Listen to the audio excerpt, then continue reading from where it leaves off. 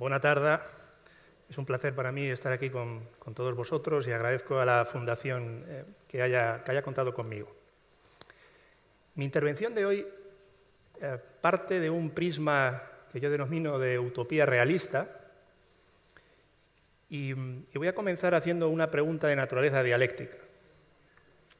¿Debe ser la empresa la que transforme el sistema educativo y nuestras escuelas, o son las escuelas las que deben de provocar la transformación en el cambio de las empresas? O dicho con otras palabras, ¿debe ser el sistema económico el que modifique las condiciones de cómo funciona nuestro sistema educativo, o debe ser el sistema educativo el que provoque que nuestro tejido productivo mute, se transforme o evolucione? ¿Qué sería más útil para la sociedad? ¿Qué sería más beneficioso para el ser de nuestros alumnos y de nuestros hijos? Theodor Adorno consideraba que el propósito de la educación es acabar con la barbarie y también eliminar la personalidad autoritaria. O mejor dicho, siguiendo su razonamiento lógico negativo, que va a ser el que yo utilice durante toda mi exposición, es la barbarie la que se dirige siempre a la destrucción de la educación. Desde la perspectiva de Freud, esto quiere decir que la civilización produce por sí misma la anticivilización y además la va fortaleciendo de manera progresiva. A mí no me cabe duda de cuál sería la respuesta de Adorno a la cuestión inicial que acabo de plantear. El mensaje que pretendo darles en el día de hoy lo he sintetizado a través de la noción de armonía. Pretendo exponerla como un ejemplo de una visión esperanzada, desde la que me gustaría imaginar ya no cómo debe o debería ser la esencia del hombre y de la educación en el hombre, sino qué es lo que debería de quedar fuera de esa esencia. Como vais a descubrir, es una visión profundamente humanista y voy a intentar demostrarla a través de 4 perspectivas encauzadas igualmente a través de 4 pensadores. El profesor Clayton Christensen imparte clases en la Escuela de Negocios de Harvard. Yo he sido alumno suyo. Es conocido en el mundo tanto académico como profesional por ser el gran impulsor de la teoría de la innovación contemporánea. Le debemos la introducción en nuestro vocabulario del concepto de disrupción. La solución innovadora o el dilema del innovador, ¿no?, son sus obras de referencia. Cuando comienzas a dar el curso que él imparte, él intenta explicar con una alegoría cuál es el propósito de lo que vamos a aprender. Y esa alegoría consiste en hablar de 2 concepciones de Dios. La primera, que les pone, viene a decir que Dios está fuera del universo, está encima de todo. Y nos podemos imaginar a Zeus. Por lo tanto, es un Dios omnipotente que cuando quiere que algo se haga, simplemente lo desea y se hace. Y luego hay otra concepción de Dios, que es la que considera que éste está dentro del universo, que forma parte de él, que es capaz de hacer lo que se propone porque tiene un conocimiento profundo de cuáles son las leyes, de cuáles son las normas, de cuáles son los mecanismos, de cuáles son las restricciones que hacen que todo el sistema se ponga a funcionar. Esta metáfora de los 2 tipos de Dios la podemos extrapolar también a cómo son las 2 tipologías de CEOs o de consejeros delegados de las grandes empresas. Y sigo citando a Christensen. Tenemos el CEO que considera que al estar en la posición más alta de autoridad puede mandar lo que considere que se va a hacer, sin ningún tipo de obstáculo, sin ningún tipo de problema, y que enseguida va a obtener el resultado que anhela. Y después está el CEO, que es consciente de que su posición de poder no le va a otorgar toda esa ventaja y que debe de introducirse en el funcionamiento de la compañía para entender cómo proceder, entender qué funciona y qué no está funcionando. Este segundo CEO para mí refleja o propone lo que viene a ser la mentalidad de la innovación o la mentalidad del innovador. Y el corazón de esta mentalidad del innovador es lo que hemos estado viendo a lo largo de todas las ponencias de hoy. Es la actitud creativa. La actitud creativa tiene poco que ver con ser optimista o ser pesimista, pero sí tiene mucho que ver con tener una actitud profundamente cercana al cambio. Estar a gusto con los cambios. Y más aún, maravillarse con investigar y con descubrir por qué algo funciona y por qué algo no está funcionando de la misma manera. Podemos aplicarlo a nuestra vida cotidiana. Podemos identificar por qué un comercio de nuestro barrio que vende un determinado producto siempre va bien, sobrevive, se adapta, nunca cierra, y por qué otro comercio relativamente cercano y que vende lo mismo, de manera reiterada fracasa. No da con la tecla, con la clave.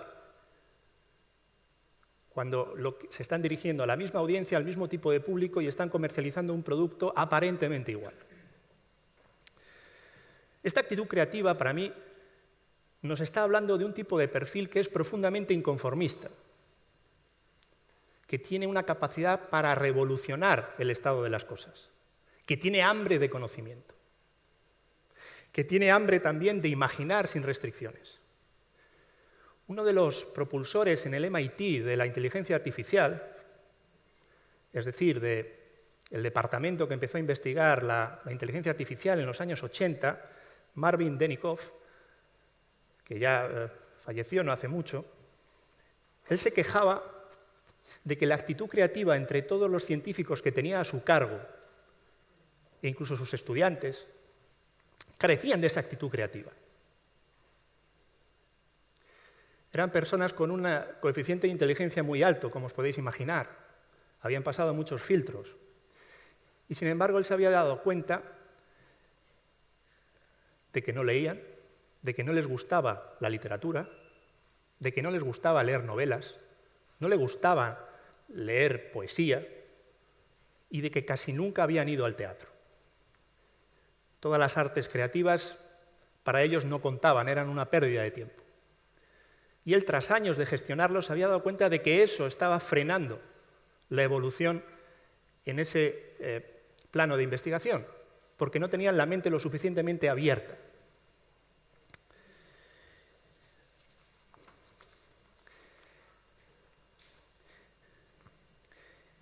El segundo educador que quiero citar hoy aquí es el maestro Edgar. Es un místico alemán que vivió a finales del siglo XIII y principios del siglo XIV. Yo creo que muchos de vosotros quizás le conozcáis. Su visión religiosa era no teísta.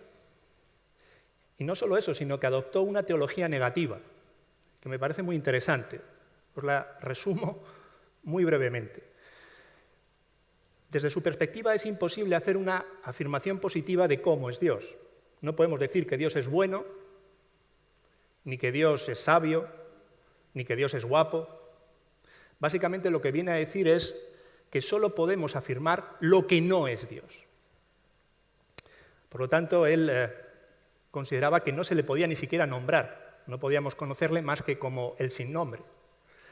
Lo que quiero rescatar de su filosofía es la importancia que daba al ser sobre el tener, que creo que es un elemento muy interesante para introducir en mi aproximación a la educación y después a la transformación a la que yo aspiraría desde ese punto de vista utópico realista al que me refería al principio. Edgar hizo crítica al lujo, por supuesto, pero también al ascetismo. También criticaba al que se priva de todo, porque ambas posiciones, desde su manera de analizar la condición humana, eran profundamente egocéntricas. Por lo tanto, predicaba el desapego, el no estar aferrado a las cosas y sobre todo el encontrar el propósito en nuestros actos. Eso era para él lo más decisivo. Era sobre lo que había que hacer bascular toda la reflexión educativa.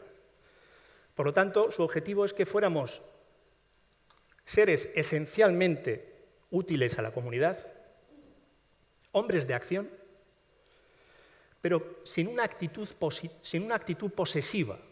Él criticaba mucho la existencia posesiva de las cosas. Había que dejar volar la creatividad, la imaginación. El siguiente de los educadores, para trasladarles esta visión sobre la educación, he decidido que fuera Alberti, probablemente uno de los grandes personajes del Renacimiento, prototipo de lo que entendemos como un hombre transversal a las ciencias. Alberti no empezó a recibir encargos para construir edificios hasta la última parte de su vida. Toda su fama se debió a la obra de Re Aedificatoria, que era un tratado de arquitectura. Él no había ido a ninguna facultad para aprender el oficio. Solo había investigado, había leído mucho y había escrito esa obra que se convirtió en un bestseller de la época. Pero a él le debemos la separación entre el concepto de diseño y lo que es la construcción. Esa separación antes de Alberti no existía. Por lo tanto, siguiendo las enseñanzas de Vitruvio y también de Platón, se convirtió en un prototipo, ¿no?, del camaleón renacentista. Desde su punto de vista, el objetivo del conocimiento era la belleza y sobre todo esa concinitas, entendida como armonía, de manera que no se puede añadir nada, no se puede modificar nada, no se puede eliminar nada si es a peor. Su clave era cómo somos capaces de unir cosas que por naturaleza están separadas entre sí y lograr que adquieran una armonía aparente. Alberti estudió mucho la música, después va a haber una intervención en ese sentido, y adoptó la lambda platónica, una pirámide invertida que es una sucesión aritmética, 2, 4, 8, 3, 9, 27. El número 2 viene a representar lo que es igual entre sí, por lo tanto la armonía del alma. El número 3 viene a representar lo que es diferente entre sí, representa al universo, al cosmos, la materia que es inestable. Esos intervalos debían de fijar los armónicos en música. Por lo tanto, Alberti lo que hace es unir este concepto de armónicos musicales con las matemáticas y con la geometría. Fue capaz de unir tres saberes totalmente distintos, o de unir tres mundos que hasta entonces habían estado separados. Eso quiere decir que estamos en la humanitas de Pico de la Mirandola y estamos por primera vez afirmando que el individuo no puede seguir alineado, no puede seguir enajenado, quiero decir, sino que tiene que realizarse como unidad dentro de la diversidad. El último pensador, el último educador que he elegido hoy para trasladarles esta visión es Durero, Alberto Durero. Él aprendió la profesión de grabador de su padre y su padre de su abuelo, pero él quiso cambiar las cosas. Por supuesto, se vio favorecido por el Renacimiento.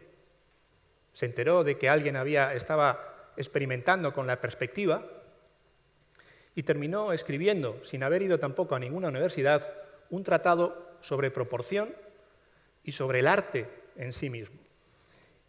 Y vino a explicar lo siguiente. Diferenció entre ese brooch de abajo, que tiene que ver con lo que hasta aquel momento era la artesanía, el dominio manual, las pequeñas artes. Era el mundo en el que él se había educado, en el que había crecido. Pero adquirió la convicción de que era muy importante tener también el Kunst, es decir, la indagación teórica, el conocimiento profundo de las leyes que hacen que el universo funcione. Ese binomio, por lo tanto, fue puesto en el primer plano de la prioridad en ese momento de la historia. Y ahora me dirán ustedes, estas cuatro visiones, ¿cómo las trasladamos al mundo real, ¿no?, de la empresa? Este es el mundo real de la empresa. La productividad del trabajo. Estamos en una época en la que los mensajes de los medios de comunicación y de las instituciones permanentemente nos hablan de que la educación, de que la universidad no está lo suficientemente alineada con la economía, con las necesidades de las empresas. En esta fórmula vemos en qué consiste la productividad. Ahí tienen el output, la producción, dividido por el número de empleos que estamos generando. Es indudable que España tiene una tasa de desempleo estructural muy elevada, que puede bascular entre un 15 y un 18 o un 20%, dependiendo de si la economía entra en periodos de crisis o no. Voy a quitar, ¿no?, la gran recesión que hemos vivido en los últimos años, que ya son puntos de inflexión que temporalmente suceden tienen bastante intervalo de separación los unos con los otros, pero estamos en esos ratios. España es uno de los países que más horas de trabajo genera y, sin embargo, nuestra productividad no está ni siquiera entre los primeros 30 países. Como vemos, en las entradas de inputs, que es lo que genera la producción, tenemos la educación y tenemos la tecnología. Por tanto, son factores decisivos para mejorar la productividad. Y ahí tenemos cuáles son los outputs finales, en donde está la creación de empleo, están nuestros salarios, y también están esos dos elementos en negrita, que para mí son críticos, que son la felicidad, la prosperidad, el bienestar. Por eso es importante pasar de hablar de productividad a competitividad y entender lo que es la competitividad. Vamos a entender la competitividad como la capacidad que tiene nuestra economía para generar prosperidad, para generar felicidad y para generar bienestar. Y es ahí donde hemos de hacer la reflexión sobre la importancia que tiene la educación. En un informe de la Escuela de Negocios Suiza, IMD, nos situaba este año en el puesto 36 de competitividad. Un puesto, por lo tanto, todavía bajo. ¿Factores que impactan en la competitividad? Por supuesto, ¿cuál es el nivel de los salarios? Si somos un país atractivo para invertir, ¿cuál es nuestra posición geográfica? Si las industrias están situadas cerca del mar o no. Se habla también, por supuesto, de cómo es nuestro sistema educativo, pero también se habla de cómo es nuestra gestión del talento. ¿Nuestro talento sale fuera de este país o lo retenemos? El 100% de los consejeros delegados de las empresas del IBEX 35 en España son todos españoles. Esta es una reflexión curiosa, pero ¿somos globales? ¿Nuestras empresas, grandes empresas de referencia, son auténticamente globales? Es un factor que solo ocurre en España.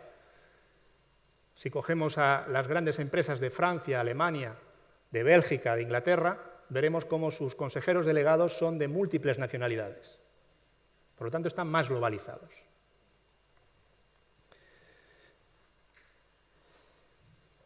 Esta lista de competencias es la que el Foro Económico Mundial está prescribiendo en estos momentos. Es una lista de competencias que yo utilizo para gestionar el talento en mi compañía, para seleccionar el talento de los que entran por primera vez y también para intentar evolucionar el desarrollo de sus capacidades. Al aplicar esta matriz de competencias, incluso entre mis alumnos de periodismo, de publicidad o de los dobles grados de periodismo con historia, lengua, etc., se puede imaginar que cuando les pido que puntúen cuánto de pensamiento crítico se les está trasladando, cuánto de creatividad se les está trasladando, cuánto de resolución compleja de problemas se les está trasladando, el porcentaje de consenso bascula entre un 1% y un 10%, no más. Por lo tanto, la percepción de los estudiantes es baja. Mi percepción en cuanto a la empresa no llega a ser tan baja, pero es similar. No estamos generando un entorno de trabajo que sea lo suficientemente sólido como para desarrollar esas competencias. La pregunta entonces es ¿por qué? ¿Por qué se demanda esto si el sistema no tiene las estructuras ni los mecanismos para dar una respuesta clara y contundente?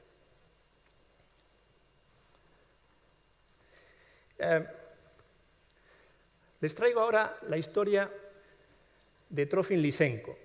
Trofim Lysenko era un agricultor ruso que vivió en los años 20, 30, 40 en la Unión Soviética. En 1928 se hizo famoso porque afirmó que había conseguido una semilla del trigo que era capaz de resistir las sequías en Siberia y también las bajas temperaturas de Siberia. Algo insólito. Consideraba que había conseguido que la carga genética se transformara de manera natural simplemente por las condiciones ambientales. Era lo que él denominó una terapia de choque. Su perspectiva se ha demostrado que era totalmente acientífica, pero lo cierto es que la Unión Soviética le puso como responsable de todas las investigaciones en genética de aquella potencia. Probablemente resultaba atractiva la idea de que las personas se pueden reprogramar, de que mediante una terapia de choque podemos conseguir que las condiciones de un individuo, que su personalidad sea maleable. Esta perspectiva de Lysenko estaba en competencia en aquella época con la eugenesia. La eugenesia considera que los genes son inmutables, no se pueden modificar. Tal y como nacemos, es como nos vamos a morir. Y ahí se introdujo la ideología de la pureza de raza. Me estoy excediendo. ¿Sabe qué pasa? Que soy el malo de la película. Vale. Vale, pues... Un minuto. Acabe con, vale. Con Lysenko. Bueno. Era curioso entonces cómo convivían las dos corrientes en ese momento de la historia. Voy a intentar abreviar. Voy a pasar esto, voy a dejar de hablar del General Intellect, que es por lo que nos preocupa a las empresas que tengamos cada vez una fuerza de trabajo mejor preparada. ¿Y qué es lo que más difícil hay? Ordenar, gestionar el talento, es decir, saber poner en la producción todo el conocimiento que poseemos. Les tenía aquí preparadas unas imágenes. Ese es mi despacho. Quería que vieran que no han cambiado mucho los espacios del management de cómo era en los años 70 la gran corporación norteamericana y cómo es ahora. Quizás solo el ordenador, todo en blanco y negro. Y esto es un poco la estética de la ideología de Google, en color, ¿no? Y en donde cambian un poco las dinámicas de trabajo. Esta es una imagen de la clase en el MIT de circuitos y electrónica del año 58, y esta es cómo es en este momento. O cómo se da esa asignatura en Nigeria, en la Universidad de... O cómo se dan las clases de Harvard actualmente cuando yo pude asistir a ellas. Termino con esto, ¿me permites? Es que nos estamos pasando muchísimo. Sí. Me sabe mal. ¿Sí? Intentamos ser muy escrupulosos con el tiempo porque si no se nos va y nos hemos pasado 4 minutos. En todo caso, le agradezco, lo siento, la presión psicológica, alguien tiene que hacer este papel raro, pues soy yo. Vale.